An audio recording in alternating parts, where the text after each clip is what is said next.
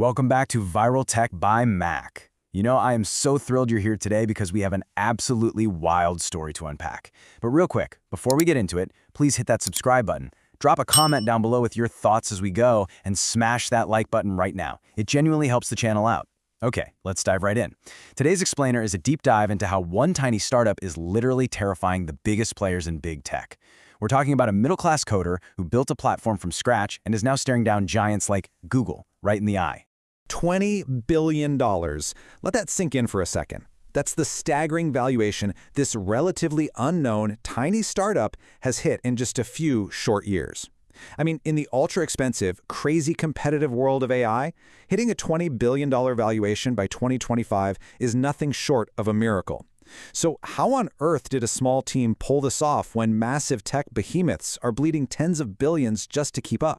Well, to understand this, let's look at Section 1, the IIT boy's vision.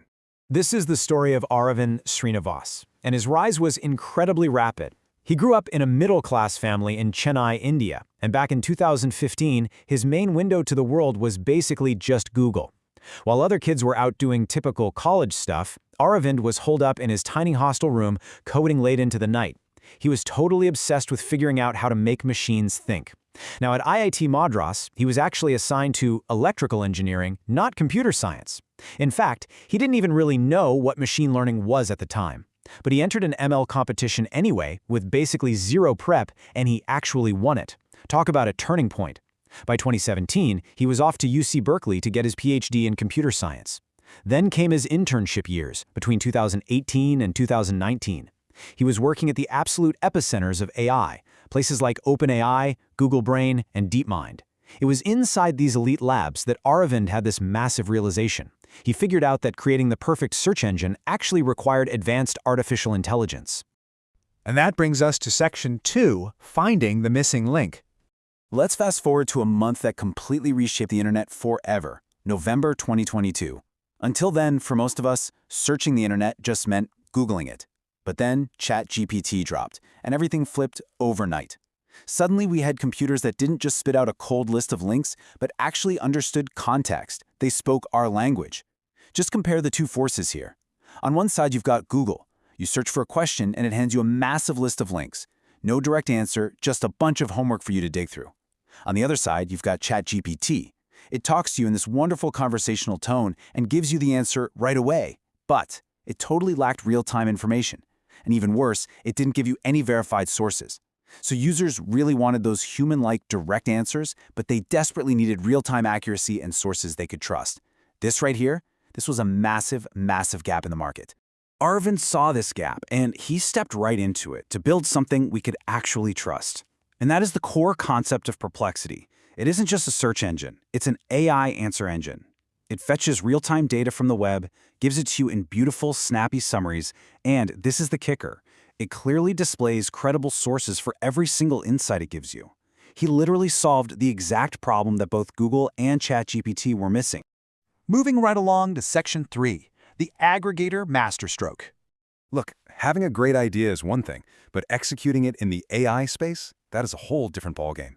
Building a cutting-edge, foundational AI model takes billions of dollars. And Aravind, he obviously didn't have multi-billion-dollar backing. So he pulled off this absolute genius move, proving that smart strategy can totally be deep pockets. Step 1, he just completely skipped building his own model. I mean, why reinvent the wheel, right? Step 2, he created what's called an aggregator model. He basically integrated the APIs of the absolute best existing models out there. Think OpenAI's GPT, Google's Gemini, Meta's Llama. Then, step 3, he built his platform on top of them to deliver those verified, single-answer outputs directly to the user. This aggregator setup was a real game changer and gave Perplexity some insane strategic advantages. First off, zero massive infrastructure costs. He didn't have to buy tens of thousands of servers just to train a foundational model from scratch. Second, there's no dependency on a single AI model. If one model starts hallucinating or its quality tanks, Perplexity doesn't go down with the ship. And third, which is absolutely crucial right now, if any specific AI model gets hit with a nasty copyright lawsuit or legal issue, Perplexity can literally just unplug it and swap in a new one. This brilliant approach completely shielded his tiny startup from the staggering costs and legal nightmares that usually crush new AI companies. Which takes us to Section 4, massive growth in investors. You have to remember, this was Arvind's very first startup. He was launching it straight into a war zone where Google and OpenAI were already massive. So he and his 3 co-founders officially launched Perplexity on December 7th, 2022. And what happened next? Honestly, even Aravind didn't see it coming. Right out of the gate, they were hitting 3,000 queries a day. Fast forward a few months, those thousands turned into millions. Today, they process over 30 million searches every single day. In just their first year alone, the company saw an insane 1,000x growth. They practically overnight became one of the fastest growing AI startups on the entire planet. Now, you don't grow 1000x without turning some very serious heads. This explosive scaling attracted the absolute biggest names in tech and finance. We're talking absolute heavyweights. NVIDIA, the world's biggest chip maker. Jeff Bezos, the founder of Amazon. SoftBank, one of the most prestigious investment firms on Earth. It was this massive wave of institutional and visionary support that skyrocketed their valuation to that mind-boggling $20 billion mark by 2025. And that brings us to our fascinating final chapter, Section 5, Why Giants Can't Compete. So, I know exactly what you're thinking. If Perplexity is basically just aggregating existing models, why don't trillion-dollar behemoths like Google or OpenAI just copy this exact product and crush them? They have the engineers, they have the billions, right? Well, it's a classic case of the innovator's dilemma. The reason they can't crush Perplexity isn't about the tech, it's a fatal flaw in their own massive revenue models. Let's break it down. Take Google. Their primary moneymaker is ads. If they create a Perplexity-style engine that gives you the perfect answer immediately, you're not going to click on any links. And if you don't click links, their ad impressions plummet and their billion-dollar cash cow collapses. Now look at OpenAI and Microsoft. They make billions selling their LLM APIs to other businesses. If they launch a neutral aggregator-style AI interface, they'd be directly competing against their own paying API customers. They are literally trapped by their own success. And this trap is exactly why Arvind's vision has so much room to breathe and, honestly, to dominate. As he perfectly put it, the future is not about search, it's about AI answer engines where users come to understand, compare, and learn. That quote really just hits the nail on the head.